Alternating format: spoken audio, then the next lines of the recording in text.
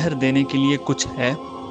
اس نے کہا اللہ کی قسم حضور صلی اللہ علیہ وآلہ وسلم میرے پاس کچھ نہیں ہے۔ آپ صلی اللہ علیہ وآلہ وسلم نے فرمایا تو اپنے عزیزوں کے پاس جا کر کچھ لے آؤ۔ وہ گیا اور واپس آ کر کہنے لگا اللہ کی قسم یا رسول اللہ صلی اللہ علیہ وآلہ وسلم مجھے کوئی چیز نہیں ملی۔ آپ صلی اللہ علیہ وآلہ وسلم نے فرمایا جا اگرچہ لوہے کی ایک انگوٹھی ہی مل جائے وہی لے آؤ۔